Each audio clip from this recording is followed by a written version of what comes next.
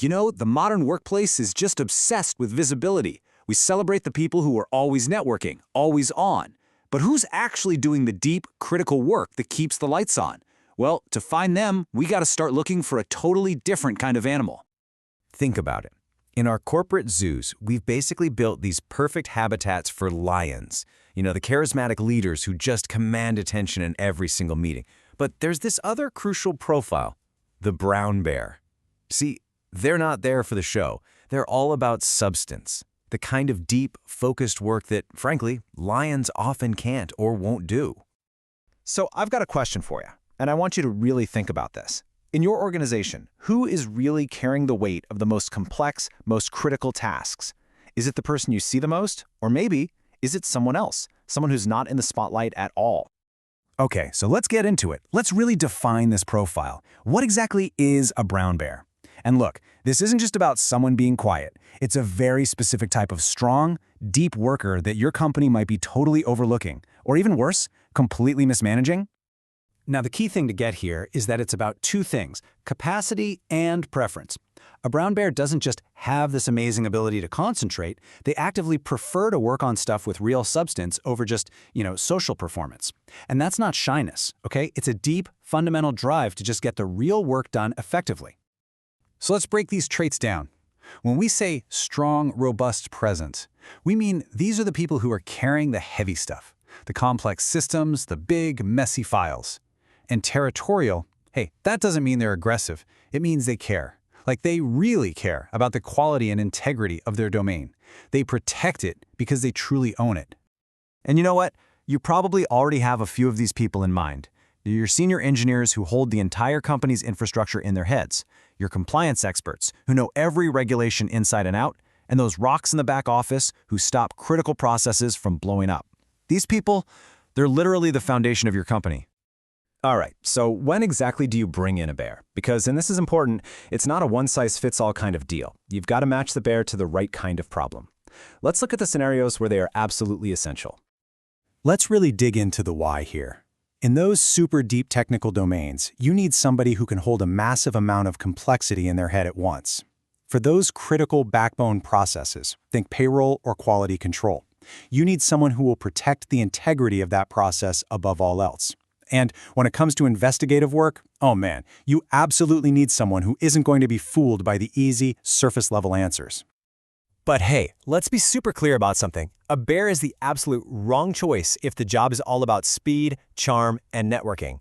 It's like you wouldn't ask a bear to go hunt like a cheetah or lead the pride like a lion, right? You gotta match the animal to the environment. Okay, so you've figured it out. You need a bear. Now, how in the world do you actually find and hire one? And honestly, this is where most companies totally drop the ball, because their entire hiring process is designed to find lions. They're filtering out the bears by looking for all the wrong signals. This quote right here, this is the exact mindset you need to have. You have to make it clear from day one, we are not looking for a showman. You are hiring a thinker and a doer, somebody who can carry the heavy work.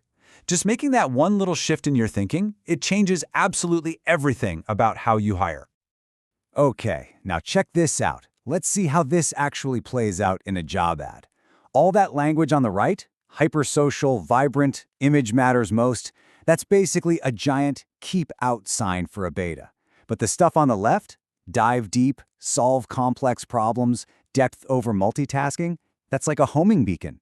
It tells them this is a serious role for serious work. So your whole interview process, it's got to change. First things first, stop testing for charm. Instead, test for depth. Ask them, walk me through the most complex problem you've ever solved. Then, probe for focus. Ask them, what conditions do you need to do your absolute best work? See if they're self-aware. Check how they handle conflict. Tell me about a time you had a strong disagreement. And finally, and this is huge, assess their sense of responsibility. Ask them, what do you do when something critical goes wrong? So you did it. You hired your bear. Awesome. But, and this is a big but, the real work is actually just getting started. Now you have to build the right habitat where they can actually do their best work. You know that typical onboarding plan? The one with endless coffee meetings and small talk? That will completely drain a bear. This structured approach is way better. First 30 days, let them map the forest. Give them documentation, not just chatter. Then, let them actually tackle a real, meaty problem. And then, the last part, and this is so critical, you need to formally define their territory and protect it from distractions. Okay, so long-term, managing a bear is kind of a delicate balance. They thrive on respect for their time, protection from distractions, and real autonomy. But I'm telling you, they will check out the second their time gets wasted with constant interruptions, they get dragged into pointless meetings, or their expertise gets ignored for political reasons. It's really that simple and that difficult. And look, don't make any mistake about this. The cost of getting this wrong is just huge. A mismanaged bear doesn't just underperform. They can become withdrawn, passive-aggressive, even hostile. And when they finally walk out the door, and believe me, they will, they take a massive amount of critical and often undocumented knowledge right out the door with them. So, before you even think about going out to hire a brown bear, you need to take a hard look at your own company, at your own habitat. Do you really have deep, heavy work for them to do? As a leader, are you actually willing to cut down on the pointless meetings and protect their focus? See, the real question isn't just, do you need a bear? It's, are you and is your company actually ready for one?